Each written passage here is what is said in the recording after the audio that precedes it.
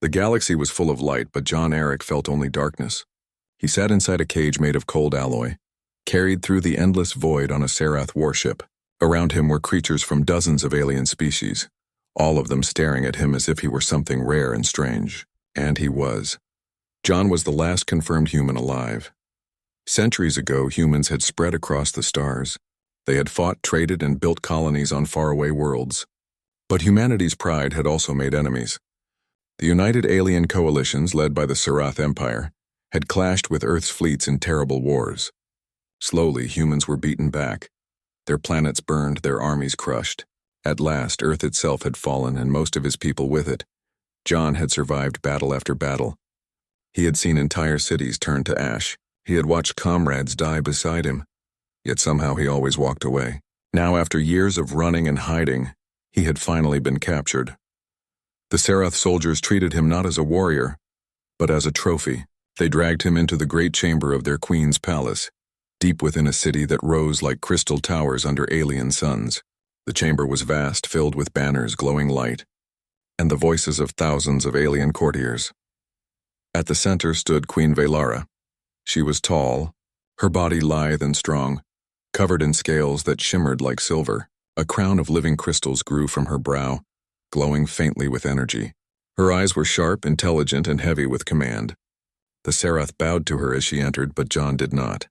Chained at the center of the hall, he stood as straight as his weary body allowed. His armor was gone, his weapons stolen, but his spirit remained unbroken. He lifted his chin and stared at the queen without fear. Whispers spread among the crowd. "That is a human?" one alien murmured. "I thought they were extinct." Such defiance, even in chains. Velara's gaze lingered on him. She studied him as though he were not simply an enemy but a puzzle. Her voice was calm, carrying through the chamber like music. "So," she said, "the last ember of a dying fire stands before me." John's lips curved into a small smile. Maybe dying, but not yet dead. Gasps rippled through the court. Few dared to speak so boldly before the queen. Some of her guards bristled, ready to strike him down for his insolence. But Velara raised one hand and silence fell again. "You carry the weight of your kind," she told him. "Humanity fought until the end, and yet here you remain alone." John shrugged. "Alone, maybe, but still human. That's enough." The queen tilted her head as if trying to understand him. "Do you not feel despair? To know that your people are gone?" For a moment, John's eyes darkened. He remembered Earth's skies burning, the screams of his family as their colony was destroyed, the long years of loss. But he would not let his grief show here, not before those who had tried to erase his kind. "I feel many things," he said softly, "but despair isn't one of them." The queen's expression flickered just slightly, but enough for John to notice. She was not used to such words. The courtiers began to murmur again, louder this time. Some mocked him, calling him a relic, a fossil, a beast dragged from history. Others argued he should be executed at once before his presence cursed the court. But there were also those who looked at him with curiosity, even a hint of respect. The Serath Empire had long feared humans. Even defeated, the memory of human resilience and stubbornness lived on. Seeing one alive, unbowed, stirred feelings the court had not expected. Velara raised her hand again, silencing them all. She stepped closer, her eyes never leaving John's.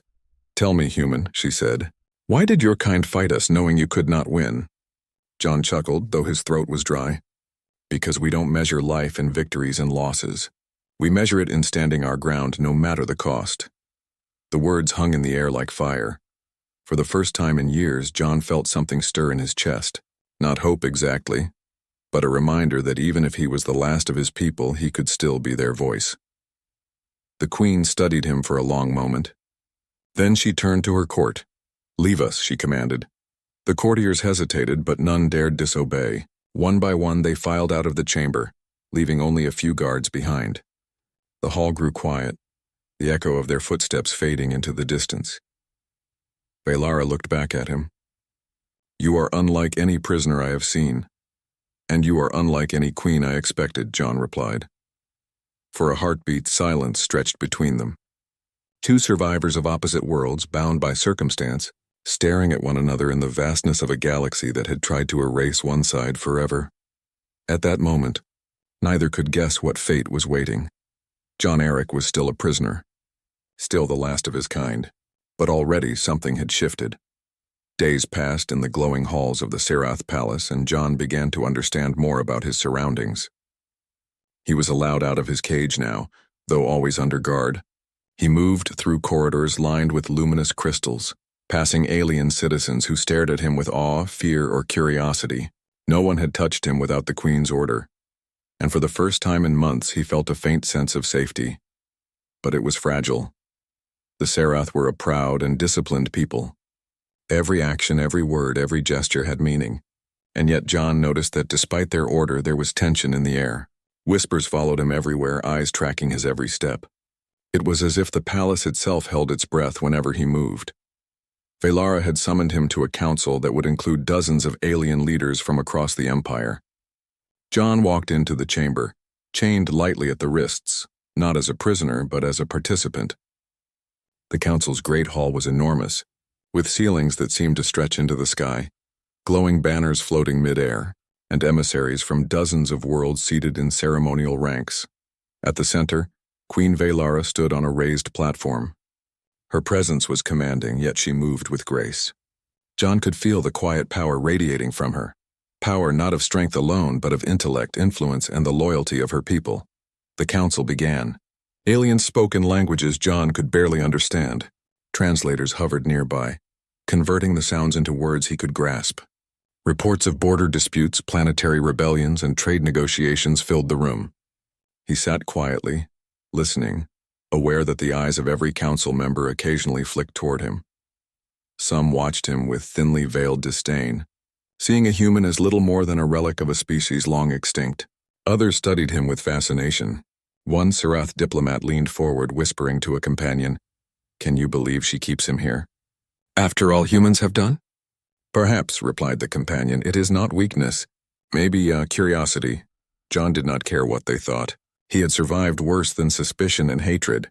What mattered was that he remained alert. He had learned to trust no one fully, especially not in alien courts. Suddenly the atmosphere changed. A ripple passed through the room, subtle but unmistakable. John noticed at first a shadow moving unnaturally among the crowd. It was too fast, too precise, almost blending with the light around it. Before anyone could react, a figure leapt toward Queen Velara. A gleaming weapon, shaped like a spear but glowing with dangerous energy, pointed directly at her chest. The council erupted into chaos. "Assassin!" shouted a Serath guard. Others leaped forward, but the figure was swift, almost ghost-like. John had no time to think. Instinct took over. Without hesitation, he lunged toward the queen, throwing himself in front of her. The spear struck him squarely in the chest.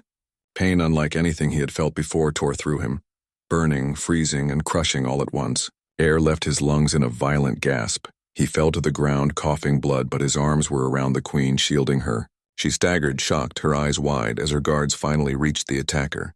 The assassin was struck down before they could escape, but the danger had passed. Velara knelt beside John, her hands glowing with alien energy. He felt warmth not just from the healing, but from the power she poured into him. It was enough to keep him alive, though he knew his body was far from whole. "You saved me," she whispered, almost more to herself than to him. Her voice was soft, tinged with wonder and disbelief. "A human saved my life." John tried to speak, but his chest burned too much. He could only manage a hoarse croak. Someone had to. The Queen's guards surrounded them, unsure what to do next. This was unprecedented. A human had taken a fatal blow meant for the sovereign and now lived. Protocols, laws, and centuries of tradition offered no guidance for such a situation. Velara rose slowly, her gaze sweeping the room. Silence fell over the council. She spoke, her voice steady, though her eyes betrayed astonishment. "By Serath law," she said, "any being who spills their lifeblood to protect the Queen is bound to her eternally." The word struck John like a thunderclap. He had heard of the Serath's customs in passing, but never imagined being part of one, bound eternally. The idea was strange, alien, and frightening. Velara continued, her eyes fixed on him. "You are wounded, human. You will be healed fully, and the bond shall be recognized by the Empire. There is no choice. Your action has placed you within my law forever." John's mind raced. He had spent years fighting for survival, for freedom, yet now some alien law would claim him for eternity, and yet he had saved her life. He could feel pride swelling in his chest even through the pain. If saving her meant he lived even in this strand. The first days after the strike were strange for John. His body was no longer burning with pain, yet every movement reminded him of what had happened. The alien healing technology that had saved him was remarkable, almost magical in its efficiency. Scales of light hovered over his chest, repairing tissue and sealing the wound. He could feel his strength returning, but his mind could not rest. The palace, once a place of endless corridors and quiet observation, had changed for him. Servants and attendants now bowed slightly when they passed, their whispers following him. Some eyes held fear, others curiosity, and a few carried respect. It was not freedom, but it was recognition. He was alive, and for now that was enough. Queen Velara had not left him alone. She visited him several times a day, speaking quietly about law, customs, and her people. John listened, though he understood only part of it at first. The Serath Empire was ancient, its traditions older than the oldest human records. One custom, she explained, was central to his fate: the binding of blood. When one saves the life of the queen with their own blood, she said, her voice calm but serious, they are bound to her forever, not by force alone, but by law, honor, and the essence of this empire. Your action has made you my eternal protector. It is not optional. You are now part of our people in a way humans have never been before. John's first reaction was disbelief. Bound forever, you mean? I have no choice. Velara's eyes met his, unflinching. Choice is irrelevant. Tradition is stronger than all words. The law binds you, but do not mistake this for punishment. You are alive because of it. Your courage, your humanity, your action, they demand recognition. This is the greatest honor we can give. John sat back, trying to absorb the meaning. His entire life had been about survival, about moving from one danger to the next. He had never been bound to anyone. Not to friends, not to family, not to duty. And now an entire alien empire had claimed him. He felt a strange mix of fear and pride. Fear for what this bond meant for his future, and pride because, for the first time in centuries, his actions mattered in a way that could not be ignored. He had saved a queen. He had changed the course of history, even as a single human. In the following days, John began to learn more about the responsibilities the binding entailed. He could not leave the palace freely. He was required to train, to learn the customs of the court, and to observe the queen at all times. Every gesture, every step, every decision he made would reflect upon her, and by extension upon humanity. The first day of training was exhausting. Velara introduced him to alien combat techniques, not because she doubted his skill, but because the binding demanded perfection. The queen's safety could not be left to chance. John had spent his life learning to fight, yet these methods were different. Movements were precise, flowing, almost elegant, using energy, momentum, and mental focus in ways humans rarely practiced. He struggled at first. His muscles, though strong, resisted the alien style. His mind, though sharp, found the patterns difficult to anticipate. But John was human, and humans adapted. Slowly, painfully, he learned. Each day he improved, not just in skill, but in understanding. He began to see why the Serath considered the binding sacred. It was not simply a law, it was a test, a promise, and a connection all at once. Velara watched him during these sessions, her gaze sharp but patient. Sometimes she spoke little, letting him struggle and find his own way. Other times she offered guidance that made the difference between failure and success. John realized that she respected him, not as a human, not as an enemy, but as a protector worthy of the title. It was during one quiet evening, after training, that she explained the final part of the binding. They were in a chamber overlooking the city, the alien lights reflecting off crystalline towers far below. Eternal does not mean endless time alone, she said softly. It means responsibility, loyalty, and presence. You are not simply bound to me physically, John. You are bound in spirit, in your mind, your actions, your choices. Your humanity is now inseparable from this empire and from me. Every threat to me is a threat to you, and every success you achieve is yours and mine together. John nodded slowly, feeling the weight of her words. The responsibility was immense, heavier than any weapon he had carried, any battle he had fought. But he also felt something strange, a sense of purpose he had not known in years. Perhaps, he thought, this was a way for humanity to leave its mark on the stars. The days passed, and John began to see subtle changes in the palace. Guards no longer whispered warnings about him. Citizens no longer recoiled. Some even approached cautiously, seeking guidance, learning from the last human who had stood in front of death for the queen. His actions had not only saved a life, they had earned recognition and respect in a world that had once considered his kind inferior. Yet the palace was not free of danger. Not everyone accepted him.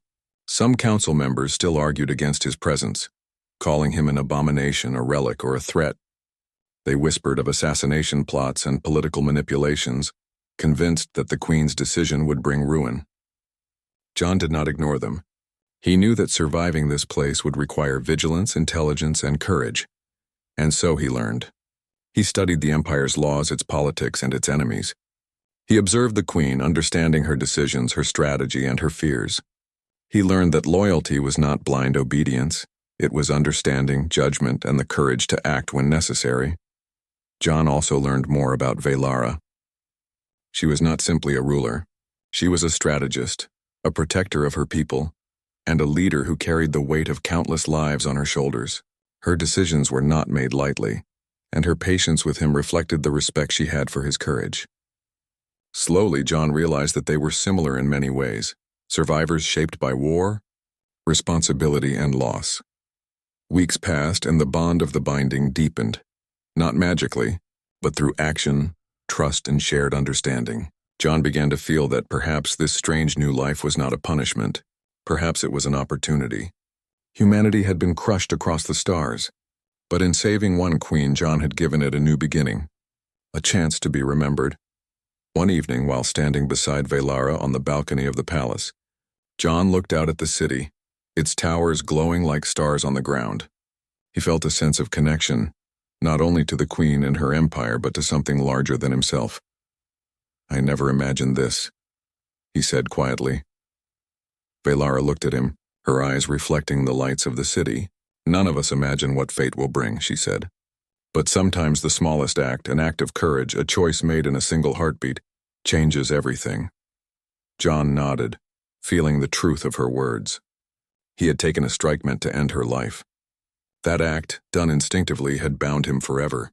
It had changed his life, and perhaps it would change the future of his species. And though he was still the last human, he was no longer alone. John Eric had survived countless battles, yet nothing had prepared him for the weight of eternity. He had trained, learned, and adapted, but every day brought new challenges. Being the eternal protector was more than strength or skill. It was a responsibility that could not be ignored. Every glance, every movement, every decision carried meaning. Every mistake could cost lives. The palace, while beautiful, was filled with danger. Not all within the Sereth court had accepted him. Many whispered behind closed doors, plotting, scheming, hoping to see the human fail or die. Their resentment simmered like a hidden fire, and John could feel it in every cautious glance and stiff bow. He had learned to read the signals. Danger rarely came with a warning. One morning, as the twin suns of the Sereth world rose over the crystal towers, John was summoned to the council chamber. Velara waited, her gaze fixed on the far wall where the council members gathered. They spoke in their melodic, sharp language, but John only understood the tone: tension, suspicion, and barely concealed hostility. "You will remain close to me today," Velara said quietly as he approached. "There are threats that require vigilance." "I trust your judgment," John nodded. "Understood." The day passed with ceremony and debate, yet John's attention never wavered. He noticed a figure moving strangely in the shadows, a subtle, almost imperceptible motion that suggested intent. By noon, the threat became clear. One of the council members had hired a saboteur, a specialist in infiltration and silent attack. Before John could act, the saboteur struck, firing a projectile designed to pierce even Serath energy shields. But John was ready. Years of combat had honed his reflexes, and the human instinct for survival kicked in. He leapt forward, catching the projectile in midair and crushing it with his bare hands. Gasps echoed across the chamber. Aliens froze, unsure whether to react. The saboteur, realizing their attack had failed, drew a curved blade and charged. John's mind raced. He could not afford hesitation. With a swift movement, he dodged the blade, grabbed the attacker's wrist, and used their own momentum to throw them across the room. The council erupted into chaos. Guards rushed to contain the saboteur, who snarled and twisted in fury, but John held his ground. Velara, standing beside him, did not step forward. Instead, she observed her expression one of calm approval. "You acted decisively," she said, her voice low enough for only him to hear. "That is what the binding requires. Courage, Alo." The palace was quiet that morning, but the air carried a tension that John could feel in his bones. Today was not like any other day. Whispers had spread through the city and the palace alike. The council had called for a trial of blood, a challenge to prove his worth as the eternal protector. John had faced countless battles in his life. Wars on distant planets, ambushes in the dark, attacks that should have ended him. But this was different. This trial was not about survival alone. It was about honor, law, and the recognition of an entire empire. And failure was not an option. Velara met him at the training grounds. Her eyes were calm, yet deep with concern. "The trial is not meant to punish," she explained. "It is designed to test you against the best of our warriors. You must demonstrate courage, skill, and judgment. Only then will the council fully accept your place here." John nodded, his jaw tight. "I understand. I'll do what must be done."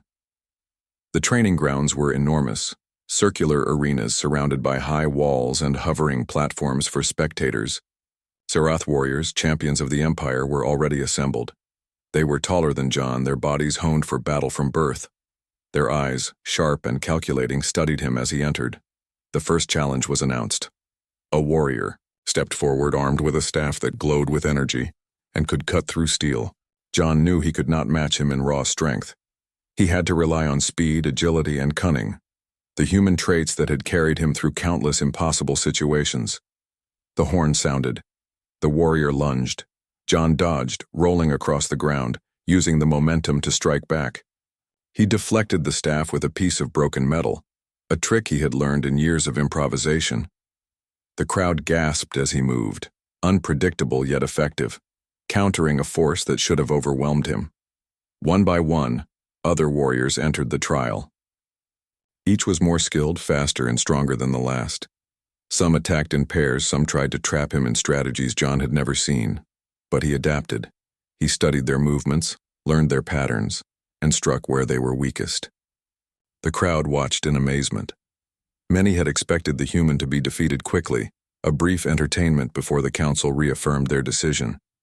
Instead, he survived each challenge, not by luck, but by skill, courage, and determination. Halfway through the trial, John faced the most dangerous opponent yet, a champion known throughout the Empire for his undefeated record. This warrior moved with incredible speed and precision. Each strike was calculated, designed to test not just strength, but reaction and endurance. John gritted his teeth. He could not match him in power. He had to outthink him. He watched the champion closely, noting the slight shifts in stance, the patterns in his attacks, the way he relied on rhythm and repetition.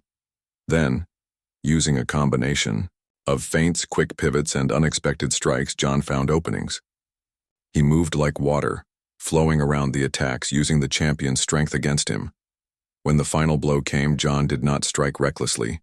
He disarmed the champion, forced him to the ground, and held him there without hurting him. The crowd erupted into cheers. He had passed the test, not by brute force, but by strategy, courage, and control. Velara approached him, her expression proud. "You have done more than survive," she said. "You have proven that courage and wisdom can equal strength. You have honored the binding of blood." John exhaled, sweat dripping down his brow. "It was not easy."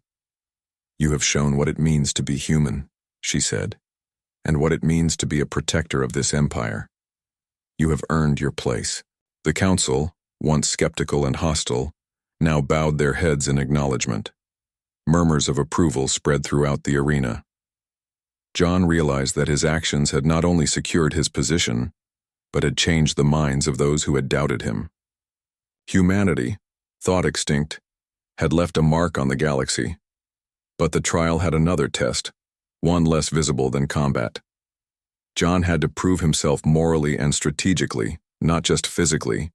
He was given the responsibility of protecting a delegation, visiting the palace, important leaders whose safety was critical. Simulated attacks were staged, each designed to test his judgment and decision-making under pressure. John moved quickly, directing guards, setting traps, and using the palace layout to his advantage. Each decision was deliberate, measured, and effective. When the last threat had passed, he stood in the hall, exhausted but victorious. The delegation praised him, the council nodded in approval, and even some of his fiercest critics began to speak of him with respect. Velara approached once more, placing her hand on his shoulder. "You have proven yourself in every way," she said. "Strength, courage, strategy, and honor. You are now fully recognized as the Eternal Protector. The Empire has no doubt about your loyalty or your skill." John felt a mixture of relief and pride. He had faced the trial, a challenge designed to test every part of him, and he had succeeded. Not because he was the strongest or the fastest, but because he was human, and humans had a way of surviving that relied on adaptability, courage, and intelligence. That night, John walked through the palace gardens, the stars reflected in the pools of water and the glowing plants casting gentle light. Velara joined him silently, walking beside him. "You have done more than earn your place," she said softly. "You have changed how the Empire sees your kind. They will never forget this. You have shown them that humanity is not to be underestimated." John nodded, looking at the sky. "I never wanted to be famous," he said. "I just wanted to survive. And to protect. I guess that's enough." "More than enough," she replied. "You are a symbol now, John. A reminder that courage and integrity can change the course of history. That is the true meaning of the binding.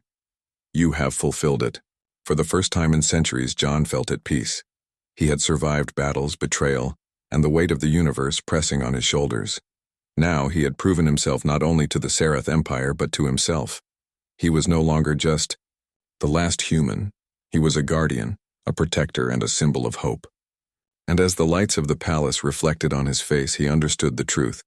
Courage, honor, and wisdom were not bound by species. Humanity might be small, almost forgotten, but its spirit was eternal, shining brightly through him. John Eric had faced the trial of blood. He had stood against impossible odds and emerged victorious, and the galaxy, for the first time in centuries, remembered the strength of the last human.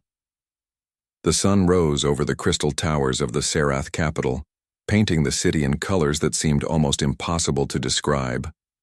Light danced across spires, reflecting in pools and streets, illuminating a world that had once been foreign and frightening to John Eric. Now it felt familiar. Not fully, of course, but he had found his place here. He was no longer just a survivor. He was the eternal protector of Queen Velara, a living symbol of courage and humanity. The trial of blood had changed everything. The council now recognized him not as an alien curiosity or a dangerous relic of a dead species, but as an essential guardian of the Empire. The whispers of doubt had faded, replaced by respect, admiration, and cautious trust. John had earned it all, not by force alone, but by courage, wisdom, and the stubborn determination that had defined his species for centuries. Still, John felt the weight of the binding every day. Being the eternal protector was more than skill in combat. It was constant vigilance, mental and emotional endurance, and a willingness to sacrifice oneself if necessary. It was the kind of responsibility that allowed no rest, no retreat. And yet, John had grown into it. He walked through the palace corridors, noting the small changes that reflected his presence. Guards no longer treated him as an outsider. Some even sought his advice on tactics or security measures. Servants and attendants moved more confidently around him, knowing he would not harm them but would protect the queen and the palace. He had become part of this world, not fully Serath, but not fully human in the way the galaxy had once known humans. Velara met him in the grand balcony chamber overlooking the city. Her expression was calm, yet her eyes held a weight that only a ruler could carry. She had learned to trust him implicitly, not just because of the trial of blood, but because she had witnessed his character, his honor, and his unwavering commitment to her safety. "You have done more than survive," she said softly. "You have proven the worth of your people, and you have secured a place for humanity even if it is only through you." John nodded. "I never expected this," he admitted, "to be bound like this and to become a symbol. But I am proud to serve. And that is why the binding works," she said. "It is not punishment. It is honor. It is recognition of courage, loyalty, and sacrifice. You took the strike meant to end me, and in doing so you changed the course of history. You have saved not just a life, but an entire empire from uncertainty. That is eternal." John looked at her, realizing the weight of her words. Eternity was not just about time, it was about impact, responsibility, and legacy. The binding connected him to the Queen, yes, but also to something larger. The survival and honor of his species, the protection of countless lives, and the demonstration that humanity's spirit could endure even in the darkest times. Later that day, John was called to the council chamber. The atmosphere was tense, but Nisilev,